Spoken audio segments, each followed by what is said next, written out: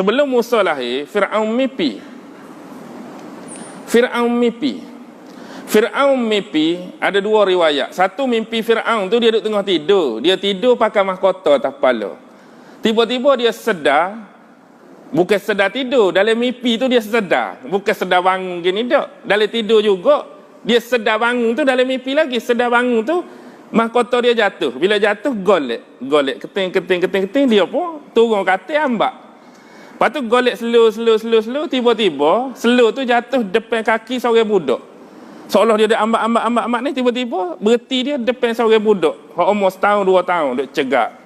Mahkota tu berhenti di kaki budak tu. Dia pun tengok. Lepas tu dia sedar.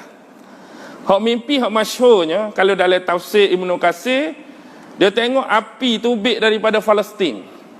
Bola api tubik daripada Palestin, laju menuju ke negeri dia, negeri Mesir. Bola api ni masuk dari negeri Mesir, bola api ni pecah masuk dalam rumah semua orang Mesir, kecuali rumah Bani Israel je api ni tak masuk. Lepas tu dia sedar.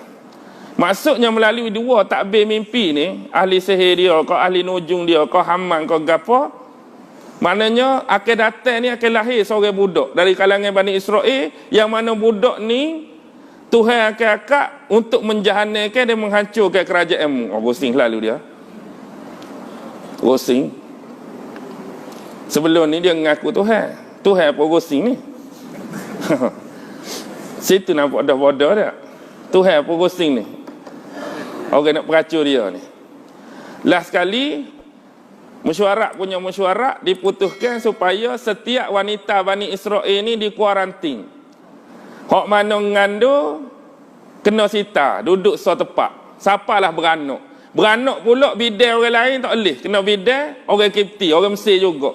Kalau bidai sama dia, dia tusuk identiti. Mungkin hak beranak jatuh dia rakyat Tino, dia tusuk budak awal-awal. Jadi tengok-tengok beranak Tino, tak apalah, lepaslah. Tapi kalau jatuh, bunuh. Yuzabbihuna abna'akum wa yastahyuna nisa'akum. Dia sembelih anak-anak jatuhmu, dia lepas anak-anak Tinomu. Tapi bila mari lagu ni, puak-puak Kipti sendiri pun komplain. Jangan buat gitu. Padahal tu kita kata bahaya untuk raja dia, bahaya untuk pemerintah dia. Tapi mikir so benda lain nak buat pun berat juga. Apa yang berat tu? Bicar punya bicar. Dia kata gini ya jadi berat tu. Ya jadi berat selama kening. Hak jadi pekerja, hak jadi koli, hak jadi kosikong gapo tu orang-orang Bani Israel selama kening. Dan orang-orang hak Bani Israel selama kening umur kata-kata 40 50 hak dia buat kerja tu. Dan satu masa orang 40 jadi 50, orang 50 jadi 60, jadi kau tua, jadi kau tak cekak nak buat kerja. Lepas tu hak baru nak beranak pakat kutip bunuh. Lepas ni siapa agak-agak nak buat kerja? Nak jadi koli siapa? Hak tua kau tak cekak, hak baru nak tubik kita pakat bunuh. Kalau tak ada kerja nak suruh kita mula kerja tak boleh gini. Kita sendiri kena kerja, kena fikir ni benda-benda lagu ni. Mari mikir. Bila mari mikir dia pun buatlah peraturan. Selang setahun. Maknanya kalau tahun ni siapa beranak kena bunuh, tahun depan lepas. Tahun depan tak ada. Siapa beranak jantan pun lepas. Lepas tu tahun ketiga bunuh semula. Tahun keempat lepas semula. Tiba-tiba nasib baik jatuh pada abang Nabi Allah Musa. Abang Nabi Allah Musa ni Nabi Allah Harun. Tahun Nabi Allah Harun beranak, tahun hak tak kena. Terlepaslah dianya. Tapi nasib tak baik, tahun Nabi Allah Musa, tahun kena sembelih. Ni yang tahun kena sembelih ni. Jadi pendek cerita, Harun terlepas Musa. Dia 3 beradik kan? Kakak sulung nama Maria. Abang Harun, adik Musa. Zaman Nabi Musa tu, Allah bui walaupun mak dia mengandung tapi mata orang tengok. Apa dia?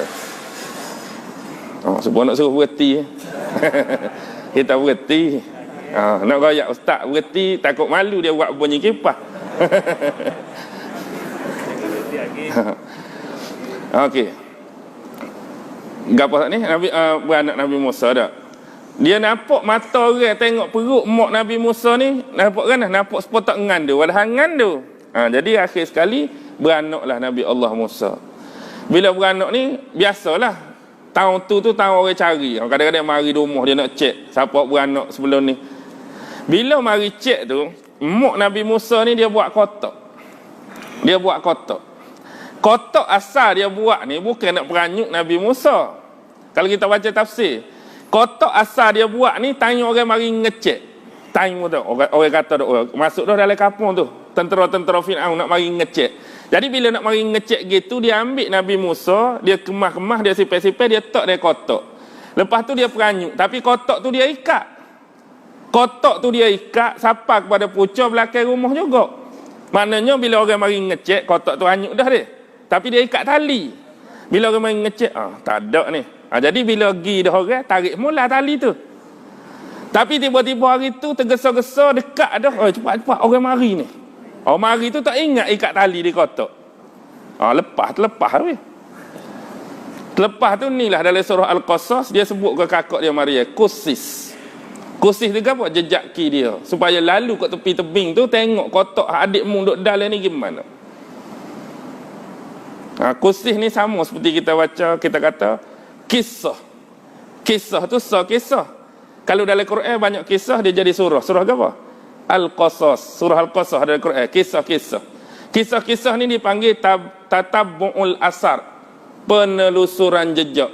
Kita cari kisah, kita cari sejarah bila kita boleh ambil pengajaran daripada jejak dia. Sama seperti ni pun mak Nabi Ibrahim guna mak Nabi Musa guna apa? Kusihi.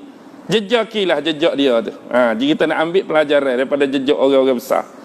Gitu tengok-tengok sekali berhenti mana kotak tu? Kotak tu berhenti dalam kawasan istana Firaun, daya-daya istana Joppa. Kalau boleh ke, janganlah berhenti situ. Tepat tu lah kalau boleh, jangan berhenti.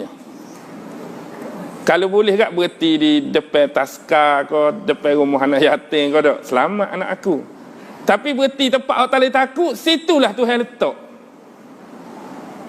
Bila jumpa kotak tu, daya ni tak berani buka. Tak berani. Jadi bawa kotak ni pergi ke isteri Firaun. Siapa dia? Asiyah binti Muzahim. Jadi buka kotak tu. Ada budak comel pula. Batulan pula Firaun dengan Asiyah ni tak boleh handuk. Marilah perasaan kita kata runtun hati seorang ibu. Kena kau budak ni. Allah capuk saya. Tunjuk pada Firaun. Moga-moga anak ni kita boleh jadikan sebagai anak akak duduk sekali dengan kita. Baik bagi kita satu masa. Firaun kata apa? Baik bagimu, tak baik bagi aku. Tapi tak baik bagi aku. Dia tak semelih muka main dengan bini. Kadang-kadang Firaun pun takut juga kat bini. Tak nampak orang kedebel kadang-kadangnya. Gangster nampak dak muka parut tapi dengan bini, ayang nak tubik sementara. Tubik mana? Tinggi sangat bini tak jadi tubik. Parut 14 muka dak nampak ganas. Ganas orang lain lah. Okey. Jadi dengan bini pula tu lah, walaupun seorang Firaun dah ganah ke apa pun, main dengan permintaan isteri tu, dia tunai juga. Ambil lah, pergi. Jadi sedihlah mak Firaun. Tapi gapo maksudnya sini? Tuhan nak royaknya Nabi Musa ni, hak dia takut, hak akan menghancurkan kerajaan dia, Allah izin membesar dalam istana dia. Tidur atas katil kerajaan dia, makan dalam rumah dia, minum dalam rumah dia, membesar dalam istana dia, dapat pelajaran dalam istana dia. Dia tak tahu orang yang tengah besar, orang yang dia pegang ni, ni lah nak peracun dia apa. Ni lah nak menjahanamkan dia apa. Dia duk berasa orang lain, duk cari orang lain tak berhenti. Hak Tuhan nak letak peracun dia tu duk dalam istana dia dah, duk dalam rumah dia sendiri. Tak ada mikir. Tapi nak suruh dekat juga Nabi Musa dengan mak dia, jerit tak berhenti. Buipek tak kena, panggil orang tu terang buipek tak jadi. Lepas tu panggil pula orang-orang kampung. Buat apa? Interview. Siapa boleh buipek, siapa berhenti. Dulu kita ni interview nak minta kerja. Ni interview nak buipek ke Nabi Musa ni. Terang ni tak jadi, terang ni tak jadi. Last sekali mak Nabi Musa terang, nak dengan mak dia tu kan.